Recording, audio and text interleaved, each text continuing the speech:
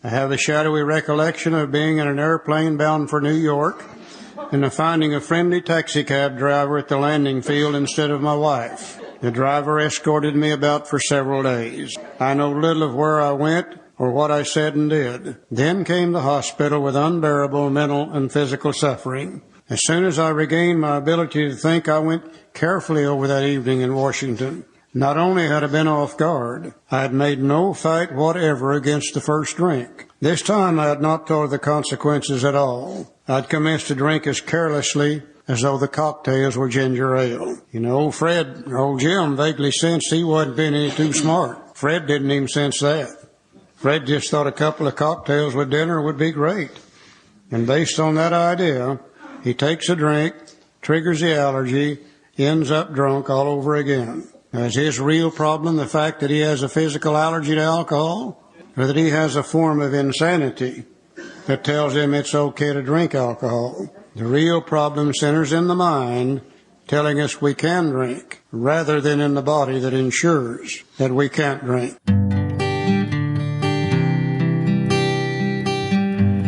Well, hello, friends of Bill W. and other friends. You have landed on Sober Speak. My name is John M. I am an alcoholic, and we are glad you're all here, especially newcomers. Newcomers, that is, both to recovery as a whole and newcomers to this podcast. Sober Speak is a podcast about recovery centered around the 12 steps of Alcoholics Anonymous. My job here on Sober Speak is simple.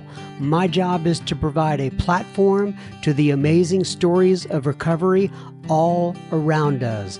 Consider Sober Speak, if you will, your meeting between meetings.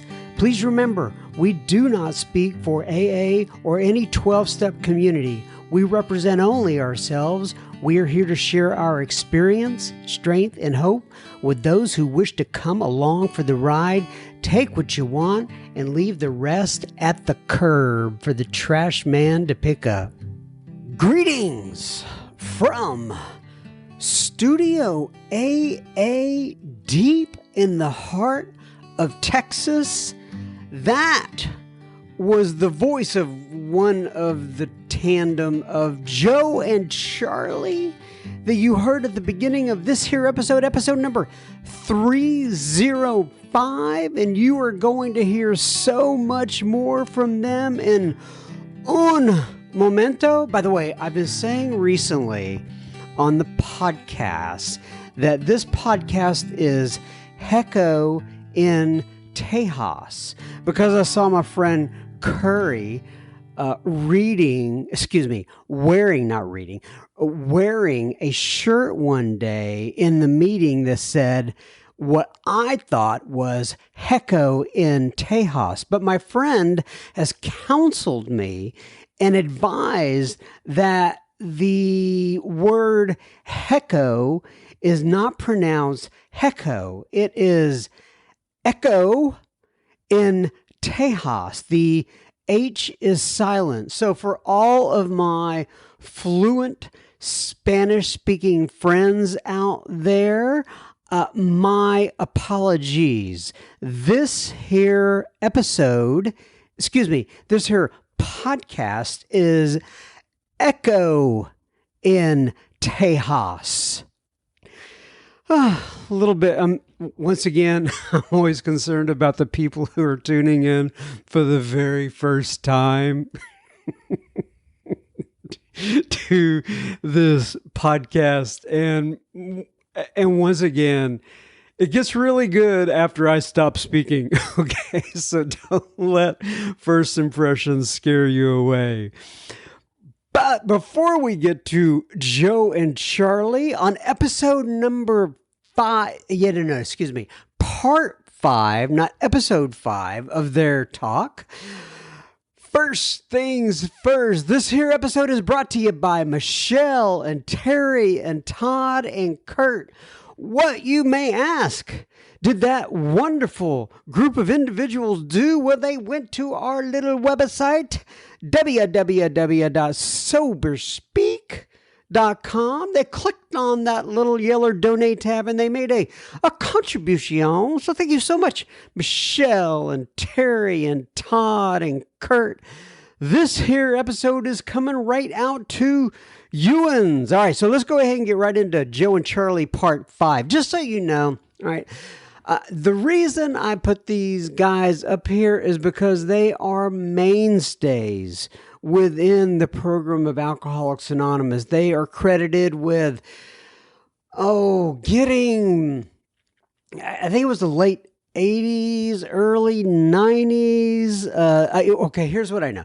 They met in 1973 and they started spreading their interpretation of the Big Book all over the world. And this talk is called The Big Book Comes Alive. I'm always thinking about like this Big Book. You know those films where something comes alive and it comes and devours your town or devours your family or something like that? I always get this kind of picture in my head when I say the Big Book comes alive of it just, I don't know, growing teeth or something like that and coming into meetings and say, it's alive, here it comes. But that's not really what this is. What Big Book comes alive really means is, that when you read the Big Book and they interpret the Big Book for you, that it comes alive and you can start living the Big Book in your life. But once again, getting back to why I do this is it's because these guys are mainstays. And I am not the only place. Just so you know, if you're into Joe and Charlie, you just got to type in Joe and Charlie Big Book on the Google, and you will see, you can listen to them all over the place. So this is just one avenue. But if you want to hear the 4 parts before this, just go back in my episodes here, and you can see the first 4 episodes of Joe and Charlie. I'll be kind of intermittently mixing these guys in as the year rolls on. I just didn't want to do them, 10 parts in a row. And there are 10 parts total to Joe and Charlie, but nonetheless, Joe and Charlie, for those of you who don't know, have gone on to the big meeting in the sky. Joe, I believe, passed in 2007, and Charlie, I think he passed in 2011. And hopefully one day we'll be able to, or I'll be able to be up there and read the Big Book with these 2 gents, because they definitely had a big influence on my life. Keep in mind, this is a recording, so there are hard stops. Sometimes there are a little bit of a blank spots, but the overall audio is pretty good, so I decided to go ahead and publish it. If you are seated at a table, or you're somewhere where you can actually take notes, you're not driving. Let's put it this way. Let's make sure you're not operating heavy machinery while you're taking notes on these guys, okay? What else was I going to say? But you can take notes, do sticky. I still have notes in my original Big Book from listening to these guys. They're absolutely fantastic. They have some fantastic points. So let's get on with the Big Book Comes Alive. And today, ladies and gentlemen, we will not have any listener feedback at the end of this episode. I'm busy, right? That's why. But I'll catch up on listener feedback next week, I am sure. Hopefully, who knows? I may not even be here next week. But what else do I have? What I have to say? That's it. If you are not part of our super secret Facebook, go to Facebook and search up the words Sober Speak Secret Group. Ask for admission into the group, and we will get you on in there. So, but nonetheless, enjoy Joe and Charlie here, and we will see you next week, hopefully. Okay.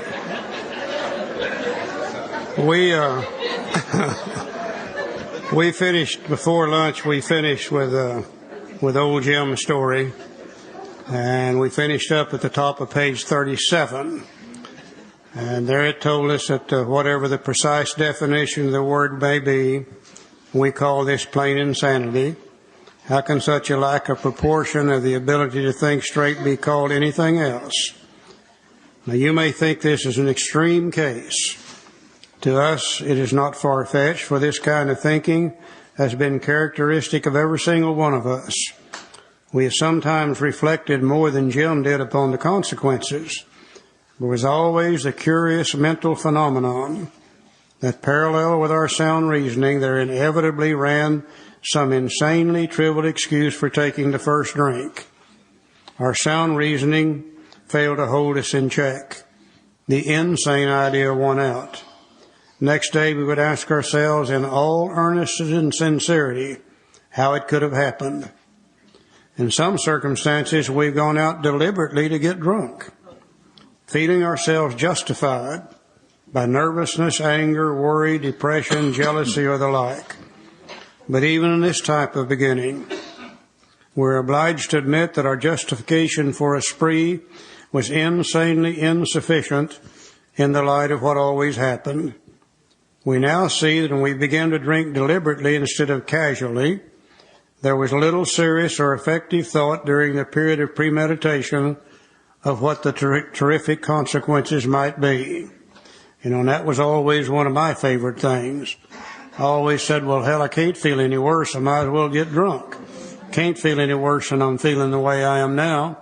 And I'd go ahead and get drunk, and invariably I felt a hell of a lot worse before I got through with it, always. The inability to be able to see the truth about alcohol. Our behavior is as absurd and incomprehensible with respect to the first drink as that of an individual with a passion, say, for jaywalking. He gets a thrill out of skipping in front of fast-moving vehicles. I don't understand this guy at all. But I can see him standing out here on the interstate, waiting for a big bus or a truck to come down through there, jumps out in front of it, spins around 2 or 3 times, sees how close it can come to hitting him without actually hitting him. For some reason, he gets a thrill out of it. Don't understand it, but I can see it. He enjoys himself for a few years in spite of friendly warnings. People are saying, hey, Jim, you better quit doing that. You're going to get hurt if you keep that up. He doesn't pay any attention to them. Up to this point, you would label him a foolish chap having queer ideas of fun. Luck then deserts him, and he's slightly injured several times in succession. Getting a little older now. He can't move as fast. They begin to hit him once in a while. Nothing serious. He just kind of bounces off of them. Now, you would expect him, if he were normal, to cut it out. But presently he's hit again, and this time has a fractured skull. He got hurt bad this time. Within a week after leaving the hospital, a fast-moving trolley car breaks his arm. He gets hurt bad again. Now he sings their national anthem. He says, I'll never jaywalk again as long as I live. He tells you he's decided to stop jaywalking for good. But in a few weeks, he breaks both legs. On through the years, this conduct continues, accompanied by his continual promises to be careful to keep off the streets altogether. Finally, he can no longer work. He's just so beat up now he can't hold a job. His wife gets a divorce. She's tired of supporting him and the hospital bills and everything else, and he's held up to ridicule. He tries every known means to get the jaywalking idea out of his head, not his body, his head. He shuts himself up in a treatment center hoping to mend his ways. But the day he comes out, he races in front of a fire engine which breaks his back. Such a man would be crazy, wouldn't he? Now, you may think our illustration is too ridiculous, but is it? We who have been through the ringer have to admit, if we substituted alcoholism for jaywalking, the illustration would fit us exactly. However intelligent we may have been in other respects where alcohol has been involved, we've been strangely insane. It's strong language, but isn't it true? Now, some of you are thinking, yeah, what you tell us is true, but it doesn't fully apply. We admit we have some of these symptoms, but we've not gone to the extremes you fellas did, nor are we likely to. For we understand ourselves so well after what you've told us that such things cannot happen again. We've not lost everything in life through drinking. We certainly do not intend to. Thanks for the information. Kiss my thanks for the information. Now, you know, Jim is what we call a low-bottom drunk. Jim had lost everything. Jim had to be a salesman for a concern he once owned. And it seems to be a little bit easier for the low-bottom drunk to really be able to see the problem than it is for the high-bottom drunk. Now, due to education, once again, we're getting many, many people in AA today who haven't lost everything. You know, every once in a while you see somebody come in here still got a job. Occasionally somebody comes in there and they're still married. I saw a guy come in the other day and he still owned an automobile. He really did. And we start talking to those guys about the insanity of alcoholism, and they said, man, don't tell me I'm crazy. Don't tell me I'm insane. I haven't lost my job. I haven't lost my marriage. I've still got my car. It's a little bit harder for a high-bottom drunk to see the truth than it is for the low-bottom drunk. But the high-bottom drunk, when they get drunk just exactly like the low-bottom drunk does. They have to believe a lie in order to get drunk.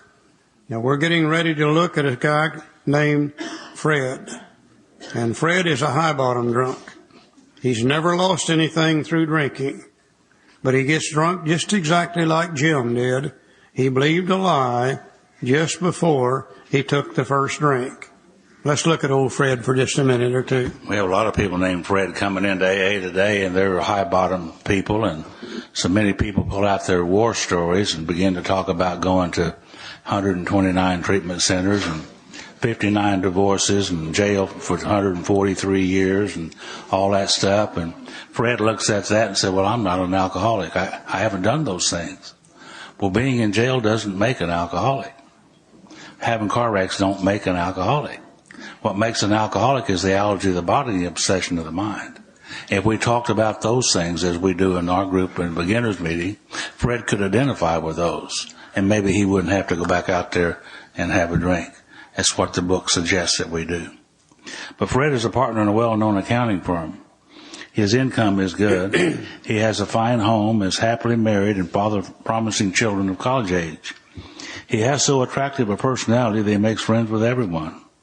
If ever there was a successful businessman, it's Fred. To all appearance, he's a stable, well-balanced individual, yet he's alcoholic.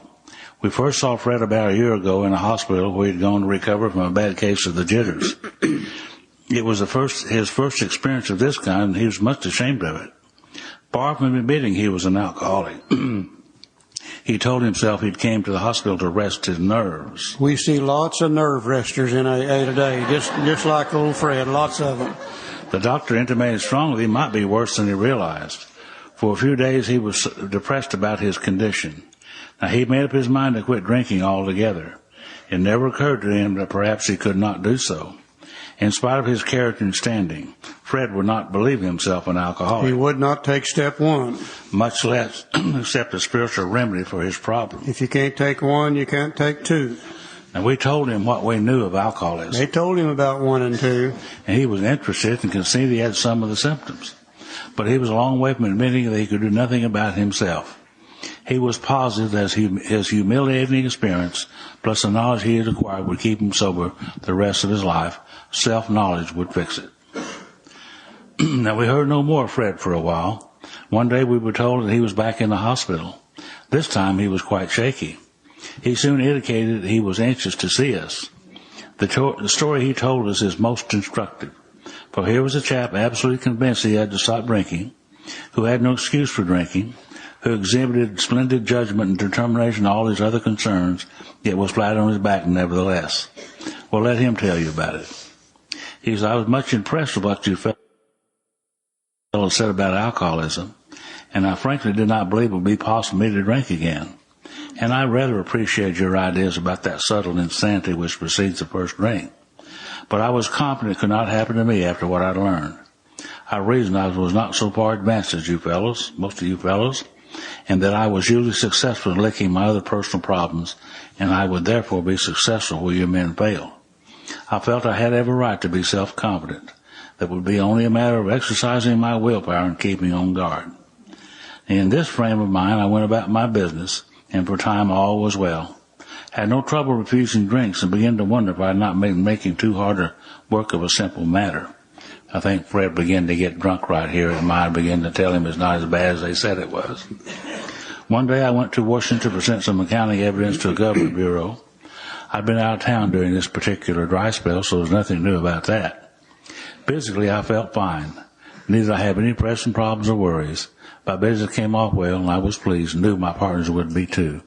It was the end of a perfect day, not a cloud on the horizon. Fred was doing good, wasn't he?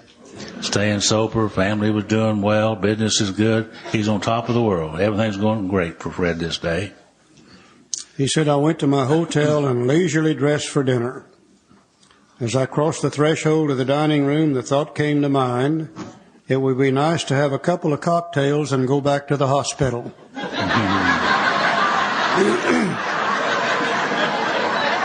Yeah.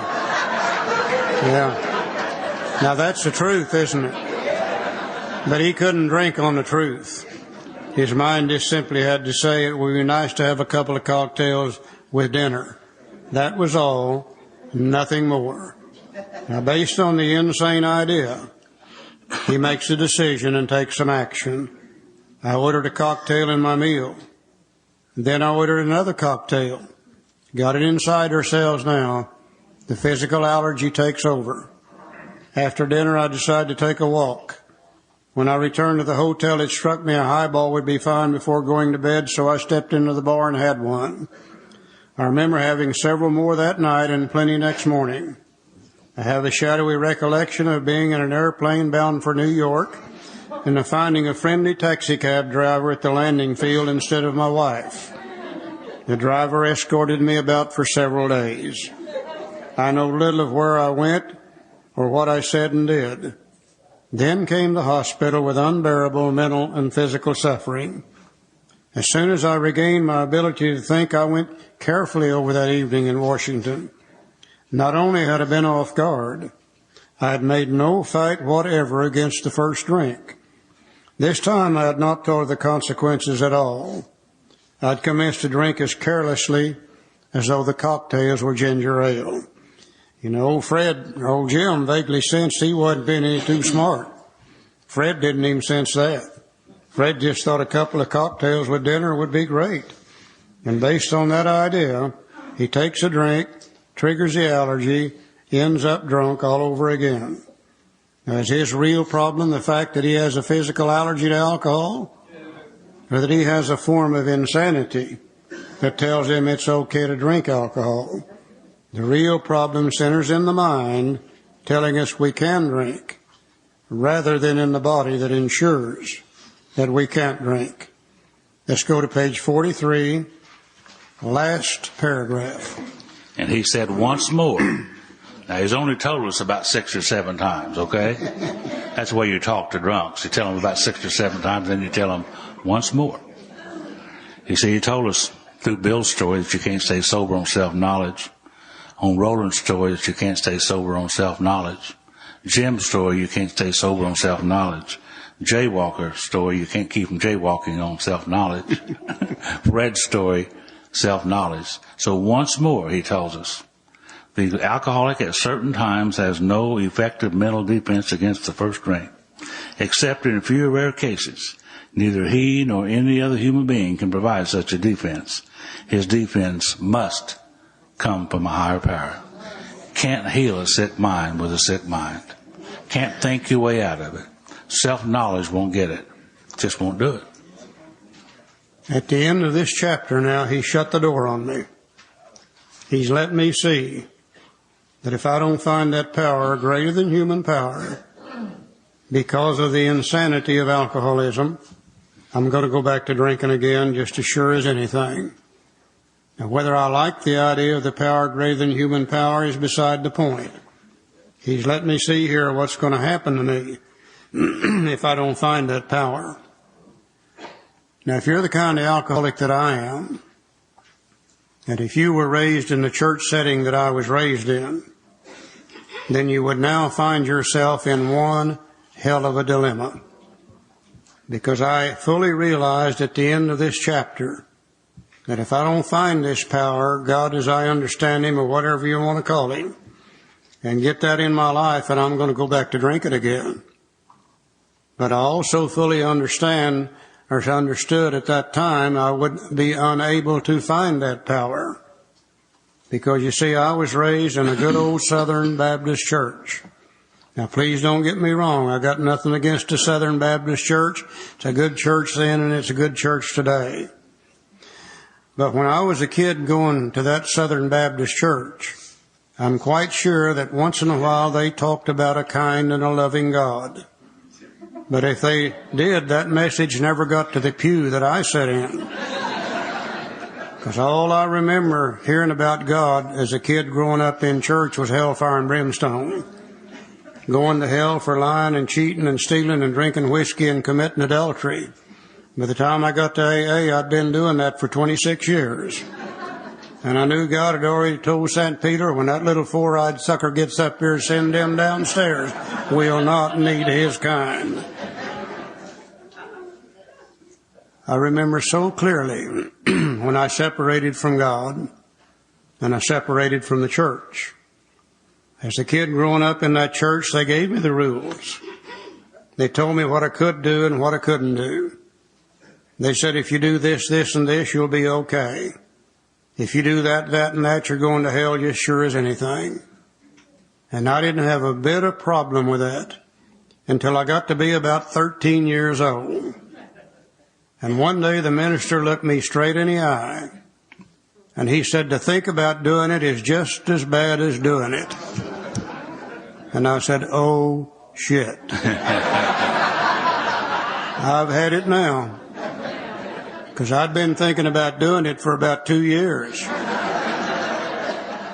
And I said to myself, well, if you're going to go to hell for thinking about doing it, then you just might as well go ahead and do it. And I did it. And I didn't go to hell immediately. And I said to myself, that sucker has been lying to me all along. And I made up my mind that day that that minister and my parents and my teachers had joined together in a conspiracy to keep me from having any fun. And I said, to hell with them. From this day on, I'm not going to pay any attention to what he says, what they say. From now on, I'm going to do it my way, the way I want to, and if they don't like it, to hell with them. And I walked away from church. And I walked away from God. And I was about 12, maybe 13 years old. When I come to AA, I was 38 years old the first day I walked in the door of AA. And I had the spiritual knowledge of a 12 or 13-year-old kid that was absolutely scared to death about God. And it would seem to for me to be able to find God in my life. For God to do anything good for me would be an impossible thing, period. Thank God Bill Wilson's a real alcoholic. Thank God he knew how I was going to feel when I got here. And thank God he knew that based on old ideas about God, it would be impossible for me to make a decision about this God thing. And I think he said to himself, is maybe I better give that guy a little more information. Maybe I better give him some new ideas about God so that he can discard some old ideas about God, and then maybe he can make a decision about this God thing. And he sat around and he wrote the next chapter, chapter 4, We Agnostics. I think it's one of the greatest pieces of spiritual information I've ever read in my life. Nowhere does this chapter try to prove to me there is any kind of God. Nowhere does it try to force this God thing on me. What it does do is give me some new ideas about God, things that I'd never heard before. And based on the new ideas, I was able to discard some old ideas. And then I was able to make a decision. And since that time, God has proven to me that there is a kind and a loving God. Thank God for this chapter, We Agnostics. Let's look at it for a few minutes. I love the chapter, We Agnostics. It's opened up my mind to a point. See, what I've learned up to this point is I can't stay sober on my willpower. Tried that.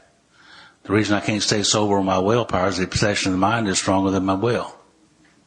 There's only one thing stronger than the obsession of the mind, and that's He who made it.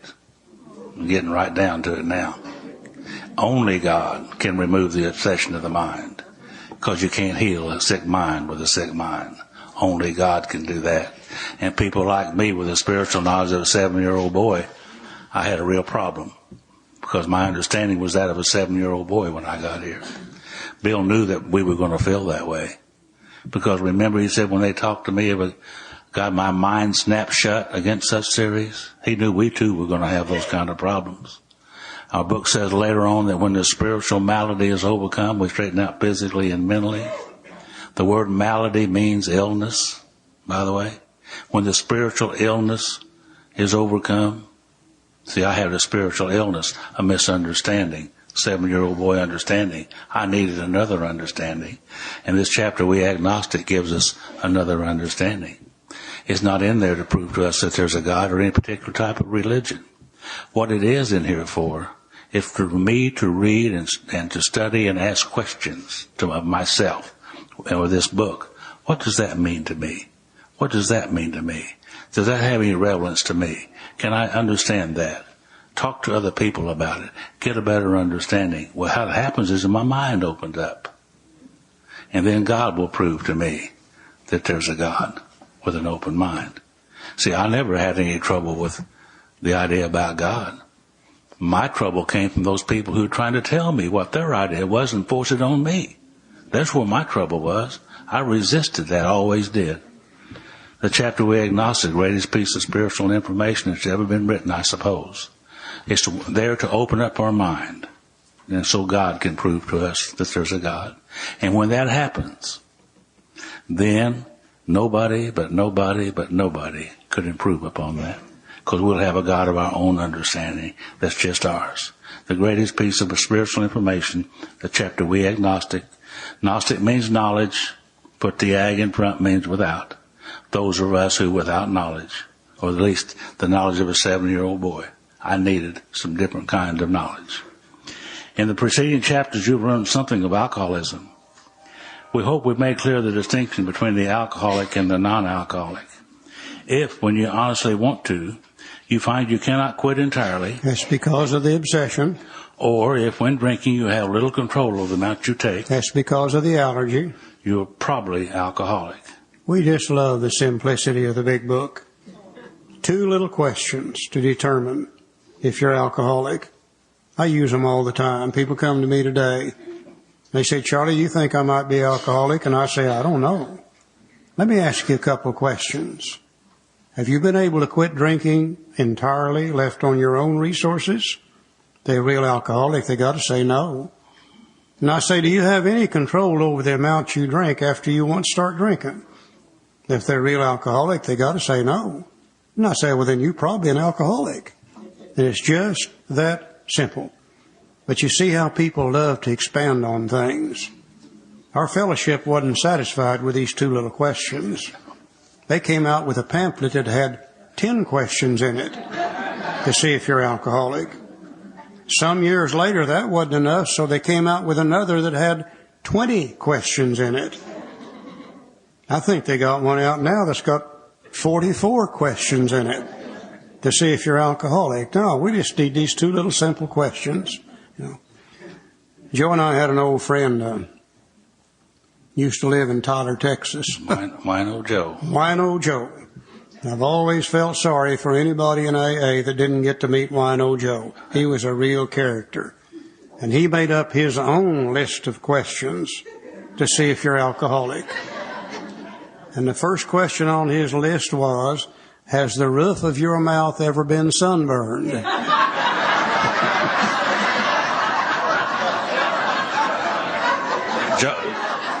Joe used to lay out in them West Texas cotton fields and drink wine and lay there with his mouth open.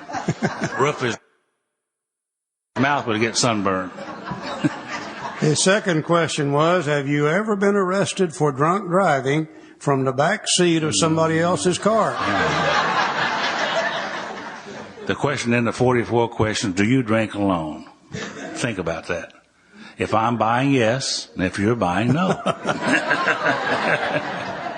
Another question old Joe had that I just loved. He said, have you ever been arrested for public drunk while in jail? We only need these two. Okay, now the book says, if that be the case, you may be suffering from an illness, which only a spiritual experience will conquer. You know, we are very unique people. We're the only people in the world that have a twofold illness that can only be overcome by a spiritual experience. We probably number amongst a few people in the world that have a terminal illness, that we can come out of it in better shape than we went into it if we can have this spiritual experience. Now, to one who feels he's an atheist or agnostic, such an experience seems impossible. But to continue as he is means disaster, especially if he's an alcoholic of the hopeless variety. To be doomed to an alcoholic death, Step 1. Or to live on a spiritual basis, Step 2. Are not always easy alternatives to face. But it isn't so difficult. About half our original fellowship were of exactly that type. At first, some of us tried to avoid the issue, hoping against hope we were not true alcoholics. But after a while, we had to face the fact that we must find a spiritual basis of life or else. Perhaps it's going to be that way with you. But cheer up. Something like half of us thought we were atheists or agnostics, and our experience shows that you need not be disconcerted.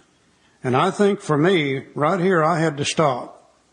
And I had to look at these words, atheist, agnostic, and what they really mean.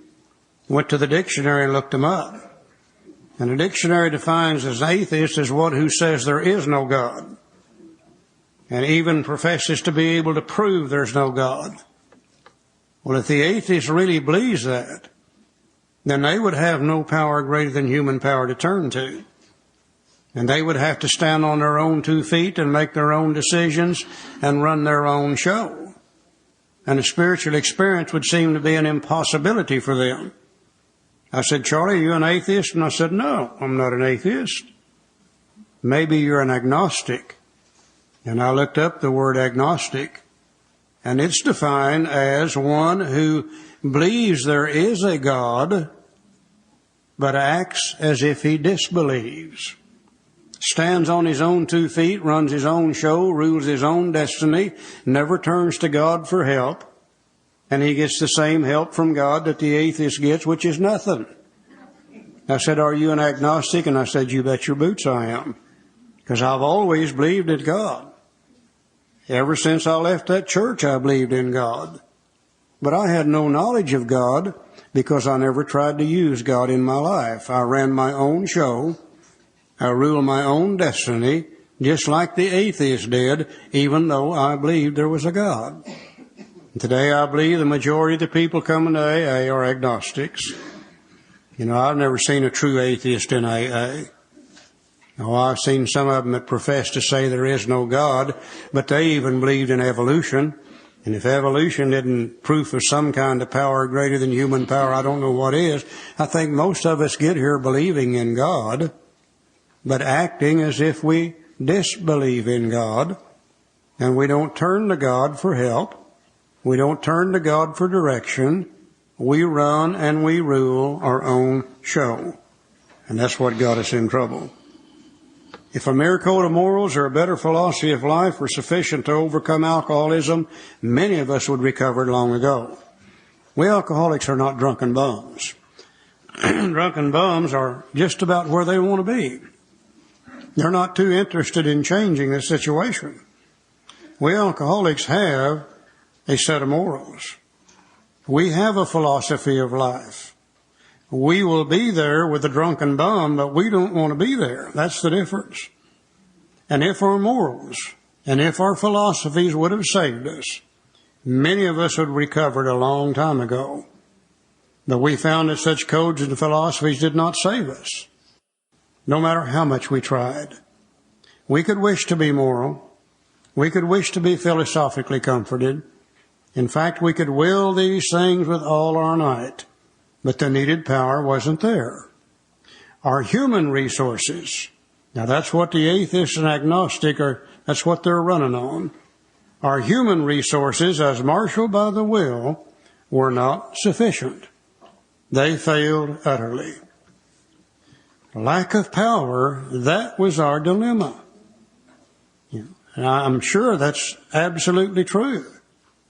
If you and I could have found the power in any other way, we would not have become members of Alcoholics Anonymous.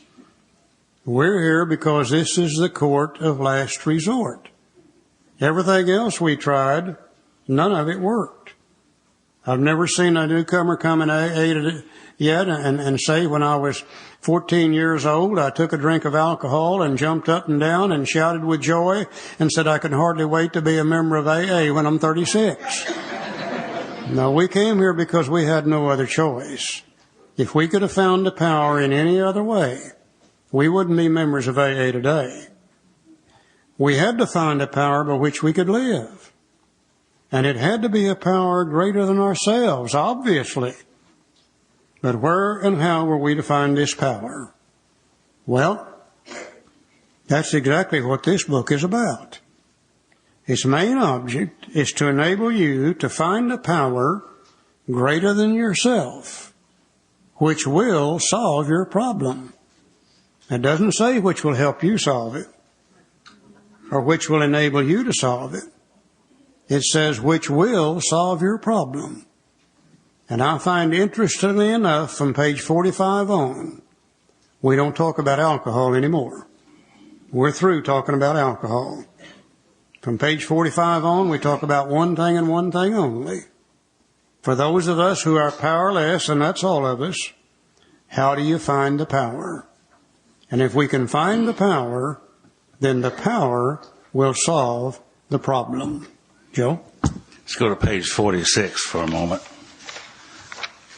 I had a little first sponsor. His name was George Gibbs, and George was a little black guy that I was in the Army with. Come into AA, he ends up being closer to me than my own family. George's dead now, but he taught me a lot about this idea right here. I told him, I said, George, I'm having a hard time with this God idea. He said, I know, I can tell that you are.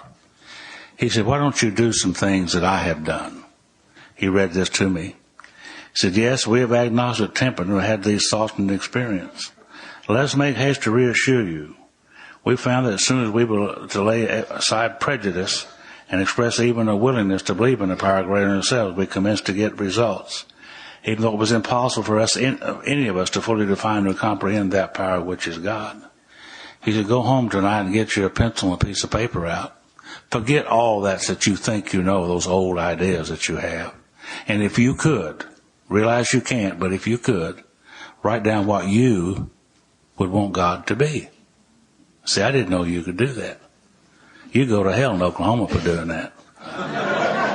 You still will go to hell in Oklahoma for doing that. Go to hell in a hurry, too.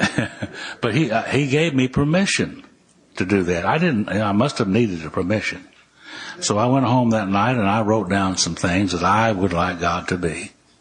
I presented those to George, and he looked at them and he said, that's good. You can start right there. See, I needed a starting point. And he gave it to me. Old ideas cast aside, new ones accepted. See, I didn't know you could do that.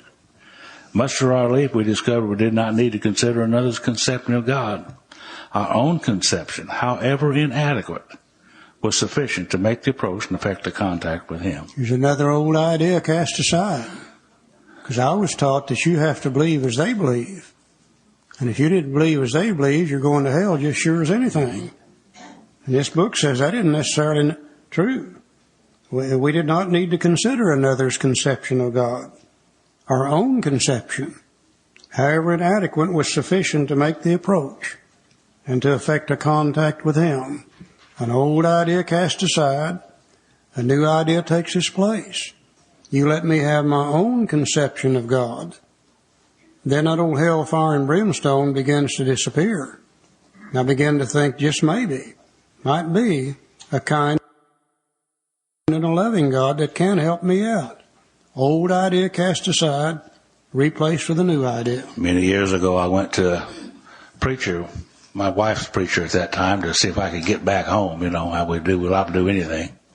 So I went over and talked to this guy, and he looked at me and said, well, Joe, what seems to be your problem? Well, I don't know what my problem is. So I told him what I thought it was.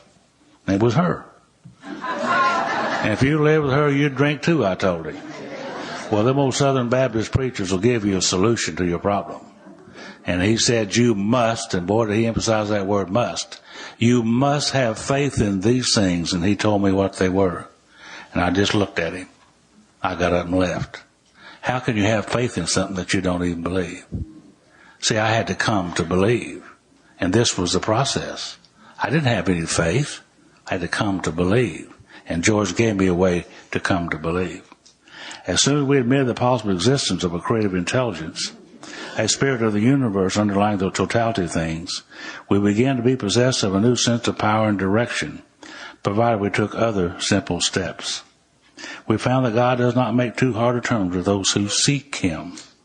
To us, the realm of spirit is broad, roomy, all-inclusive, never exclusive or forbidding to those who earnestly seek. It is open, we believe, to all men. I said, George, you mean I got to find God? And he said, Joe, God's not lost. He said, it's not in the finding, it's in the seeking. You follow me? It's not in the finding, it's in the seeking. And if I will seek God in my life, He will disclose Himself to me. It's in the seeking, it's not in the finding. Thank God I learned that one. Another old idea cast aside. I was taught the way to God is a very straight and narrow path. And if you fall off of the other side of it, you're going to hell just sure as anything.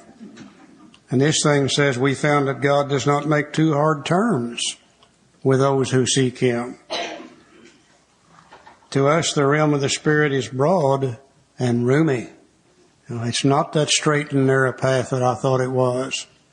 It's not that rigid thing that I thought you had to be. He says it's all-inclusive, never exclusive or forbidding to those who earnestly seek. Another old idea cast aside. I was taught that if you didn't believe like they believed, there's no way that you could make it. That you're going to go to hell just sure as anything. And only those that believed as they believed were going to be able to go to the other good place. And this says that isn't necessarily true. It's all-inclusive. Never exclusive or forbidding to those who earnestly seek. It is open, we believe, to all men. Some old ideas cast aside, replaced with some new ideas. My concept of God is already beginning to change. Page 47. When therefore we speak to you of God, we mean your own conception of God. This applies too to other spiritual expressions which you find in this book. Do not let any prejudice. Now, prejudice is old ideas you may have against spiritual terms deter you from honestly asking yourself what they mean to you. That's all we're doing, asking ourselves what these things mean to us. At the start, this was all we needed to commence spiritual growth, to affect our first conscious relation with God as we understood Him. And then afterward, we found ourselves accepting many things which then seemed entirely out of reach. That was growth. But if we wished to grow, we had to begin somewhere. So when we used our own conception, however limited it was, and certainly in my case it was very, very limited, but it was a starting place. It was a starting place. And I've been seeking God into my life ever since. And every year that goes by, my will changes, my life changes, and my understanding of God changes. It's an ongoing process. Never get to a point that I know it all in this area. I'm always seeking. Now, to those of us who are seeking this relationship with God, you got to have a starting point. And this is where we start. We needed to ask ourselves but one short question. Do I now believe? The agnostic has always believed, or am I even willing to believe? The atheist can become willing to believe that there is a power greater than myself. As soon as a man can say that he does believe, the agnostic, or is willing to believe, the atheist, we emphatically assure him that he's on his way. It has been repeatedly proven among us that upon this simple cornerstone, a wonderfully effective spiritual structure can be built. Asterisk, bottom of the page, please be sure to read Appendix 2 on spiritual experience. You see, the wonderfully effective spiritual structure that we're building is the spiritual experience. We don't have to wait to step 12 to get something out of it. We're in the process of building it now as we go through. Step 1, willingness, was the foundation of that structure. Step 2, believing, is the cornerstone of that structure. And later on, we're going to put some more stones in place as we build this structure. That was great news for us, for we'd assume we could not make use of spiritual principles unless we accepted many things on faith which seemed difficult to believe. Now right here he separates the two words, faith and belief. And one of the problems I always had as a kid in church is the minister always said, son, all you got to do is have faith and you'll be all right. Well, faith implies knowledge. Faith implies surety. Faith is after the fact information. I never had any faith that God would do for me what I couldn't do for myself. The best I can possibly do is to believe that God can do so. And then after certain things transpire and I receive God's power, then I'll know, and then I'll have faith. Let me give you a good example. Let's say that I moved into this Washington, D.C. area. And 2 or 3 months after I move in here, I've got a problem with my automobile. I don't know a good mechanic anywhere in this area. But you've lived here for years. And I'm pretty sure you'll know somebody. So I come to you and I say, look, I got a problem with my car. Can you recommend a good mechanic? And you say, sure. Take your car over there to John. He'll do you a good job and he'll charge you a reasonable price. Well, I don't know whether that's true or not. But if I believe you strong enough, I'll take my car over there to John. And sure enough, he does a good job and charges me a reasonable price. When I went there, I believed he would. When I left there, I know that he would. Now, the next time I have a problem with my automobile, I don't ask you or anybody else where to take it. I take it right back to John. Only this time I took it on faith. The first time I took it on belief. Then after certain things happened, I knew, and now I take it back on faith. You can't start with faith. The best you can possibly do is start with belief. Thank God step 2 says we came to believe that a power greater than ourselves could restore us to sanity. It didn't say we came to know. It didn't say we came to have faith. It said we came to believe. And that's the best we can do in the beginning, is just to believe. If we're an agnostic, we already believe in God. If we're an atheist, we can become willing to believe in God. And we're assured then that we're on the way to the finding of this power, greater than human power. Such a simple idea.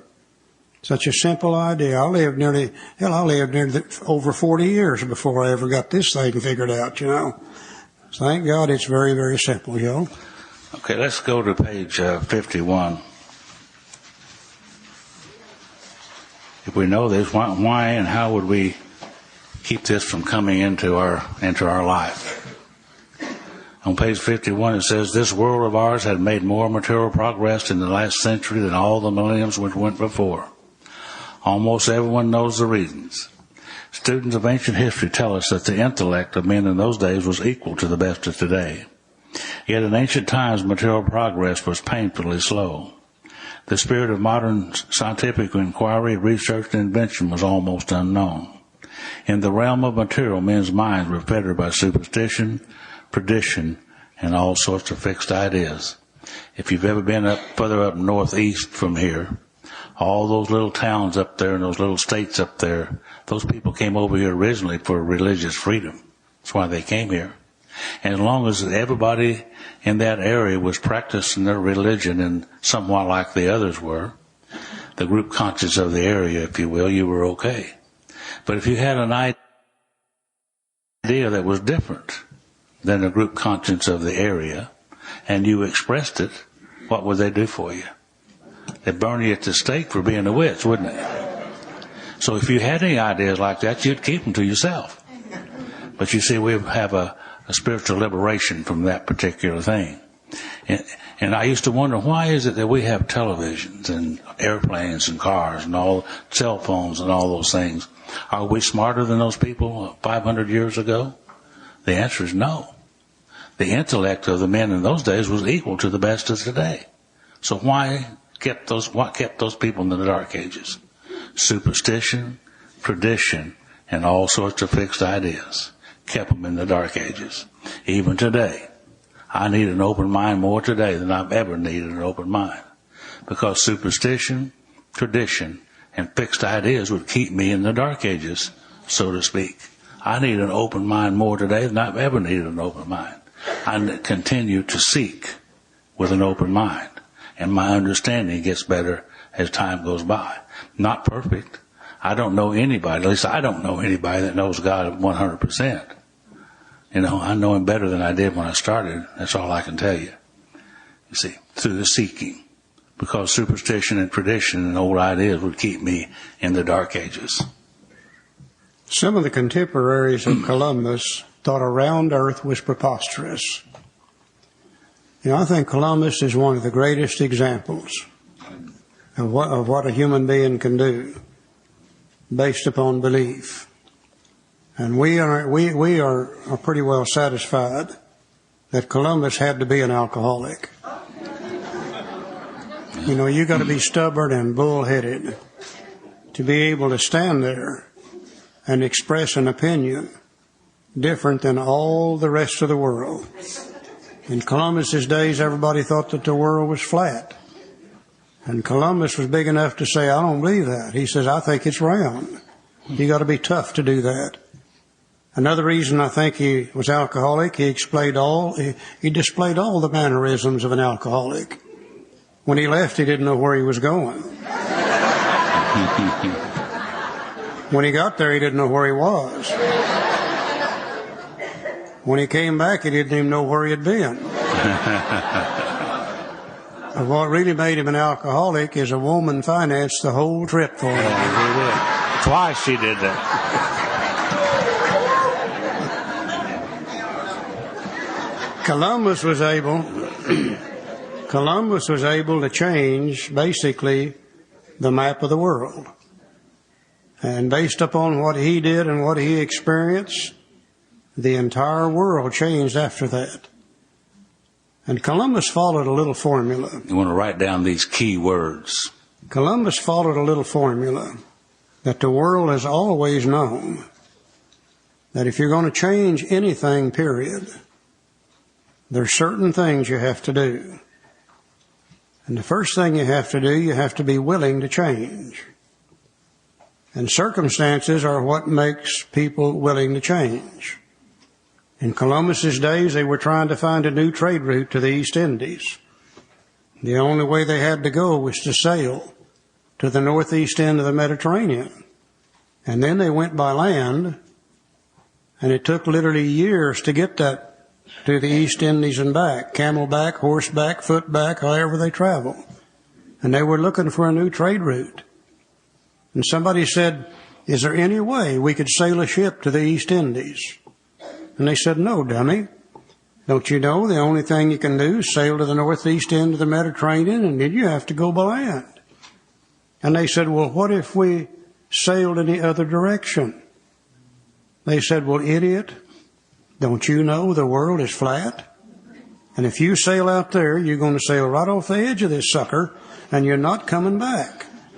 No, I don't know why they believed that. I assume some people sailed out there, didn't come back, and they assumed that they sailed off the edge of it, see? So circumstances trying to find a new trade route is what made old Columbus willing to change his ideas and what he believed. The second thing you got to do to change anything is to believe you can do so. And Columbus said, I believe that this world is round. I don't think it's flat.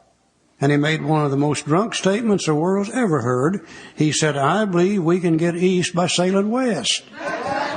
If that isn't drunk thinking, I don't know what else is. But his belief didn't do him any good, because he's still standing on the shore of the ocean the day he expressed it. Some days, weeks, months, years later, Columbus did the next thing you have to do in order to change anything. He made a decision. He said, by golly, I'm going to go find out whether this thing is round or flat, or whether you can get east by sailing west. But his decision didn't do him any good either, because he's still standing on the shore of the ocean the day he expressed it. Some days, weeks, months, years later, he began to do the next thing you have to do. He began to take action. And he went to the King of Portugal and tried to get the king to finance the trip. And the king said, Columbus, there's no way I'm going to let you have this money. He said, you'll sail out there and sail right off the edge of this sucker, and I'll lose it all. That's why he ended up with the Queen of Spain. Sweet talked her out of the money on the promise that he would bring back gold and silk and spices. She gave him the money, and he took the money and he bought 3 ships. Put provisions in those 3 ships. Put crew members in those 3 ships.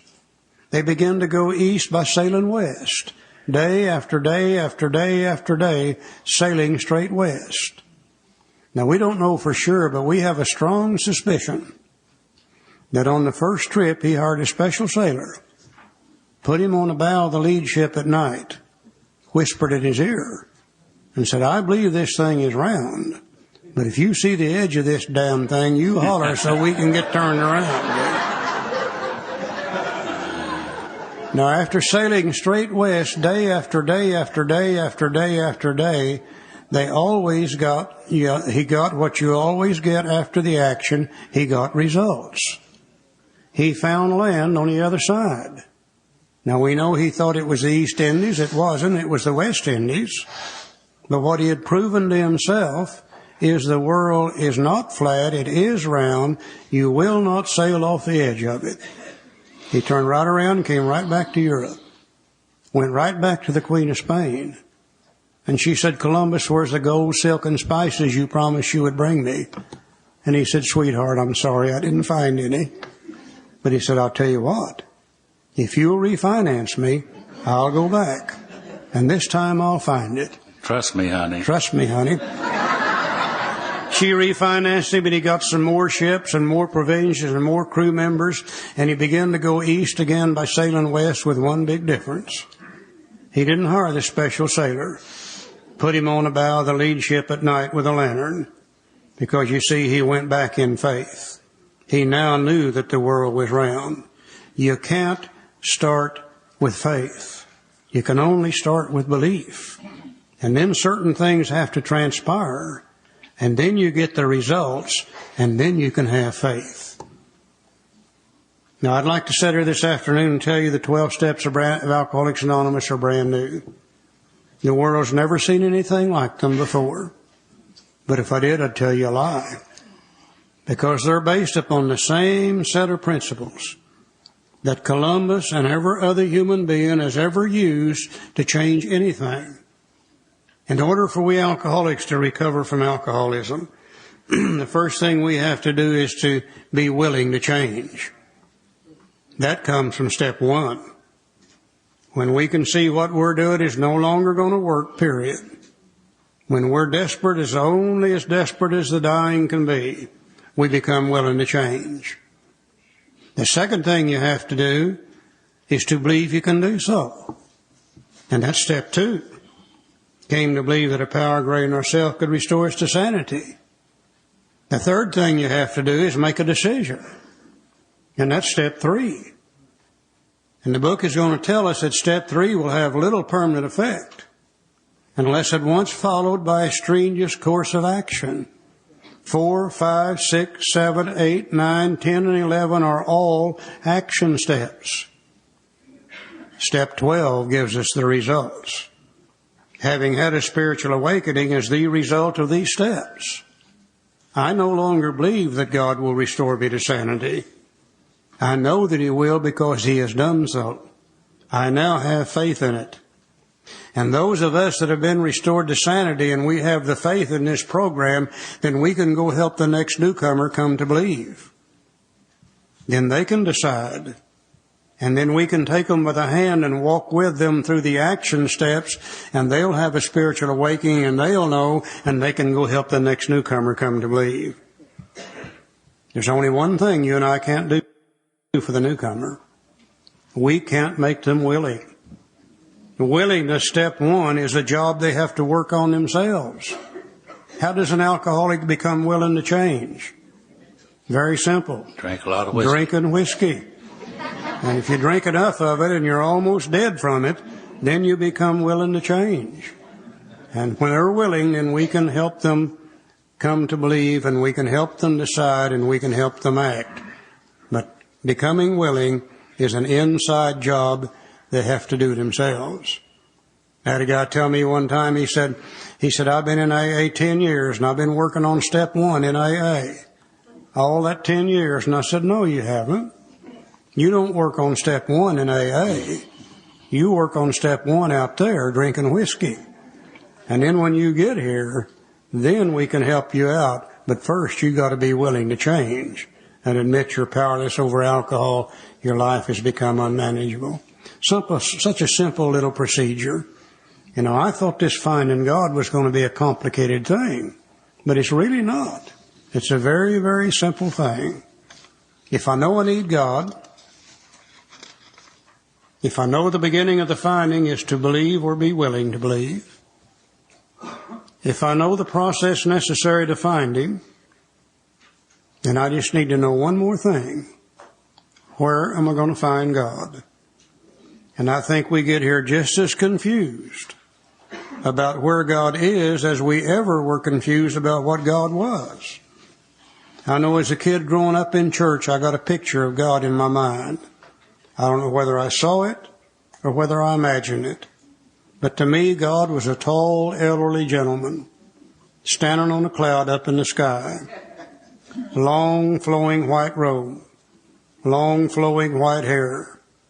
Golden halo around his head. Sun rays shooting out of it. And a big stick in his right hand. I think one of the reasons I thought God was there is because I noticed in church when I was a kid going to church that every time the minister talked about God, he always pointed up there. So I knew God had to be up there somewhere. But then what really confused me is I noticed every time the minister wanted to talk to God, he always looked down here. Hell, no wonder we get confused as kids in church, you know. And I looked and I looked and I looked and I never could find God until I came to page 55 in the big book Alcoholics Anonymous, and it tells me just exactly where I'm going to find God. Years ago, I was working with this halfway house in Tulsa that we started, and a young guy in there asked me if I'd sponsor him. I said, well, sure, be glad to. He said, what would you want me to do? I said, well, the first thing you need to do is get out of this halfway house. It's not a very good place to live, basically. And he said, well, it's easy for you to say, I don't have a job. I don't have a car. If I had a car, I could get a job because I'm very well qualified. I said, well, I'll take you back and forth and help you find a job, get you 2 or 3 weeks paychecks, and then we'll get you a car. So that's what we did. But on the way to work one morning, he told me a story that was going to change my life. So all the time I'm helping him, but now he's going to tell me a story that changed my life. And the story went like this. There was these 3 wise men from the east, he told me. And they stole from man and woman the crown of life, the thing that would make us the happiest. And now they took it away from us, and now what are we going to do with it?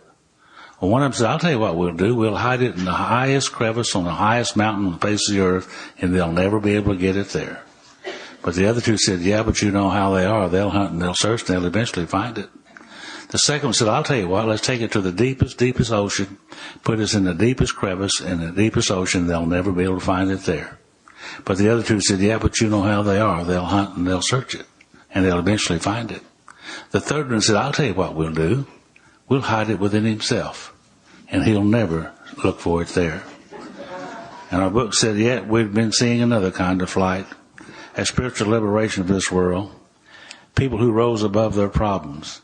They said God made these things possible, and we only smiled. We'd seen spiritual release, but like to tell ourselves that wasn't true. Actually, we were fooling ourselves. For deep down in every man, woman, and child is a fundamental idea of God. You see, it's just there. Maybe obscured by calamity, by pomp, by worship, by other things, but in some form or other, it's there. For faith in a power greater than ourselves, and miraculous demonstrations of power in human lives are facts as old as man himself. See, we're just born with it. It's just there. We finally saw that faith in some kind of a God was a part of our makeup, just as much as the feeling we have for a friend. Sometimes we had to search fearlessly, but he was there. He was as much a fact as we were. We found the great reality deep down within us. In the last analysis, only there they may be found. And it was so with us. Remember in the explanation of the spiritual experience, he said that inner resource, that's what he's talking about. God is within us, everyone. You know, we believe today that every human being on earth seems to be born with some form of basic knowledge lying at a subconscious level that seems to be able to tell us what we should do and what we shouldn't do. That seems to be able to tell us how we should live and how we shouldn't live. And I know some people might want to call that common sense. Other people might want to call it innate intelligence. Some might want to call it the conscience. Others might want to call it the soul. Now, I don't think it makes any difference what we call it, as long as we realize it's there. And I know in my own life it's been there as far, far back as I can remember. I used to be getting ready to do something, and this little voice from within me would say, Charlie, I don't really think you ought to be doing this. And I wouldn't pay a bit of attention to it. I'd go ahead and do it, and I'd just get in one hell of a mess. And that same little voice would say, see, I told you not to do it in the first place. Now, if that's God, then I'm 100% convinced that it is. And if God dwells within me, and I know that he does, then that means I've got my own God. I don't worry anymore about whether he's a God of the Baptist church or not. I don't worry about whether he's a God of the Catholic Church, the Hebrew religion, or anybody else's religion. If he dwells within me, he's mine. And he and I can come together in very simple and very understandable terms.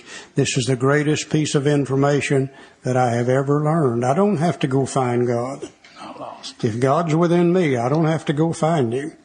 I've just got to uncover the crap that keeps me from seeing God within me. And that's what all the rest of this program is about. To uncover that crap and get rid of it so that the God within me can begin to come to the surface. You know, and this is so simple that every time I think about it, it just blows my mind. You know, I thought this was going to be a complicated procedure. It's not complicated at all. We just have to do a few certain things, and we'll get results, and then we'll know, and then we'll have faith. This thing really does work. Joe? If you happen to be an atheist here, go to that Washington Monument, go all the way up the top, them little windows up there, and jump out. And before you hit the ground, I bet you holler, oh God. Why? Because it's just within you. That's all. Now look at this next little paragraph.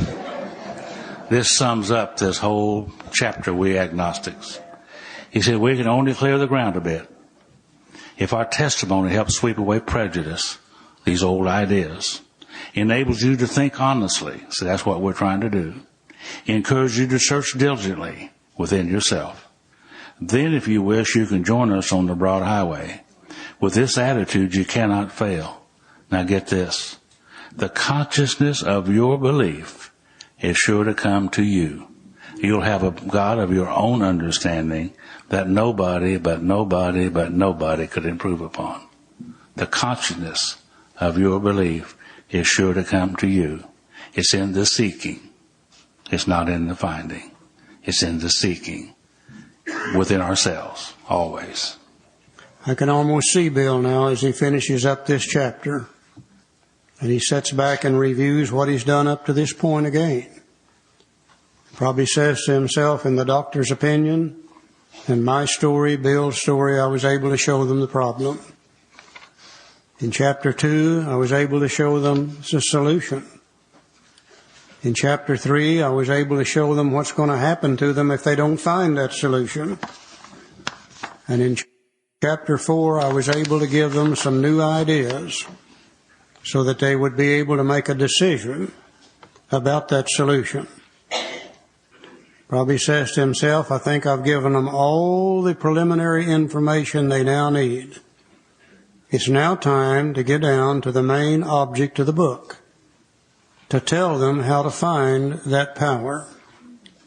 And he sits down and he begins to write on how it works. And Bill had a lot of difficulty with how it works for 2 or 3 reasons. Number one, we had people coming into AA, many Protestants. We had Catholics coming into AA. We had some Jewish people coming into AA. We began to see a sprinkling of Muslims coming into AA. And he's getting ready to write a set of directions on how to find God. And how in the world are you going to do that without offending a bunch of people? Also, they had made 6 little steps from the Oxford group. And Bill could see loopholes in those steps that the alcoholic mind was slipping through. And he felt they need to be expanded and strengthened. He didn't know how far, he just knew they need to be expanded and strengthened. And he said he tried and he tried and he tried and he tried. And he just could not get started on chapter 5. He said one night while in bed, pillow behind his back, pad and pencil in hand, leaning against the headboard, trying to start chapter 5. And he said, I finally just gave up. And said, I put the pad and pencil down, closed my eyes, and prayed and meditated. I have no idea what he said, but I'm sure he asked God for help.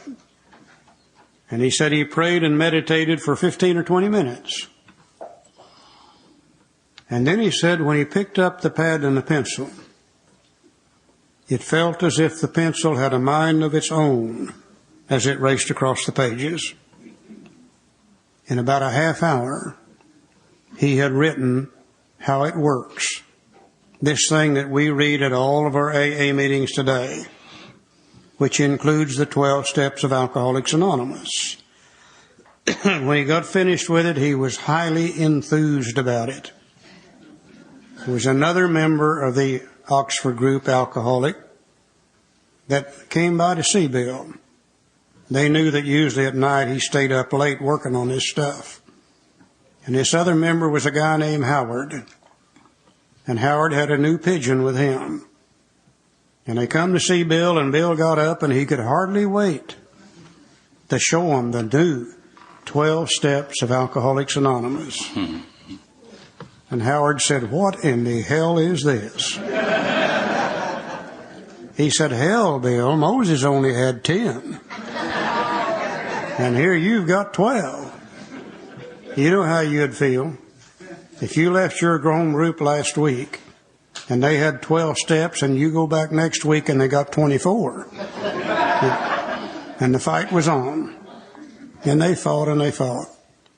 Bill had to take this, remember, That original 40 people said, we want to see the chapters as you write them. And we'll add to, delete from, and change around. Bill made copies of this, sent it to these other members, and that's when the crap hit the fan. Now, Joe is going to read to you the original, how it works, as Bill wrote it that night. Not the way it is in the book today.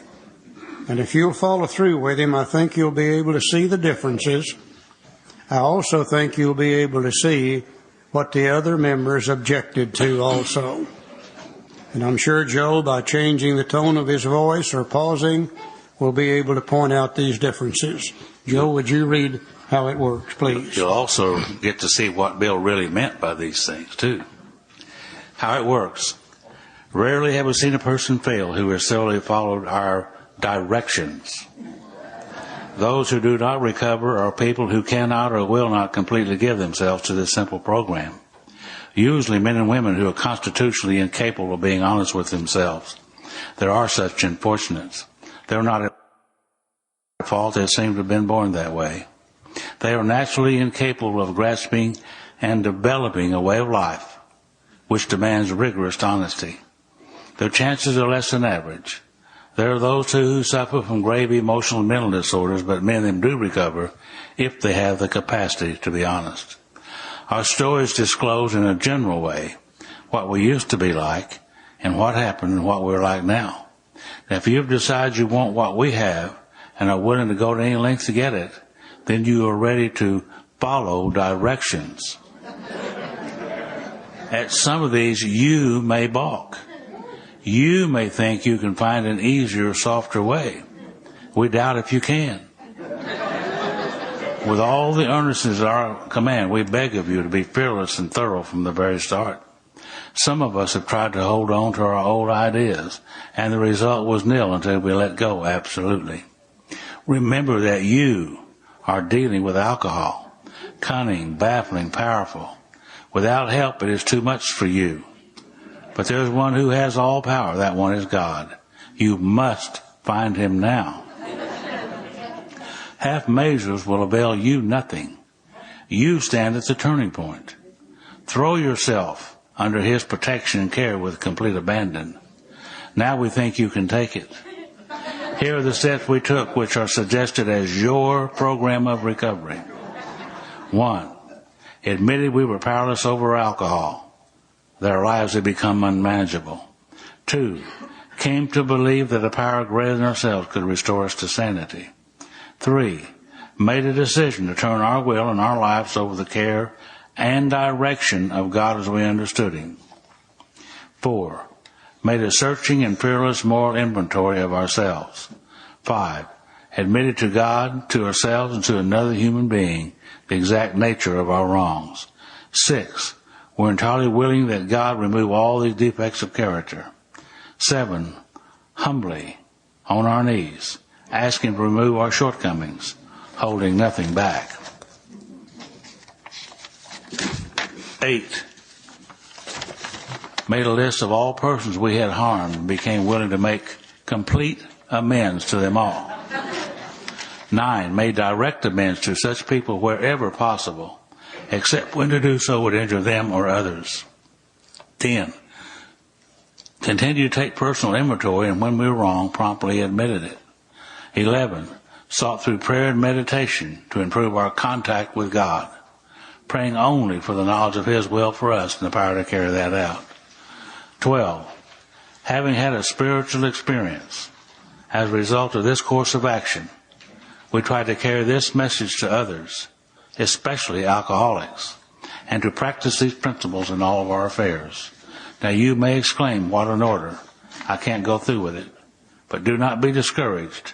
No one among us has been able to maintain anything like perfect adherence to these principles. We're not saints. The point is that we're willing to grow along spiritual lines. The principles we've set down are guides to progress. We claim spiritual progress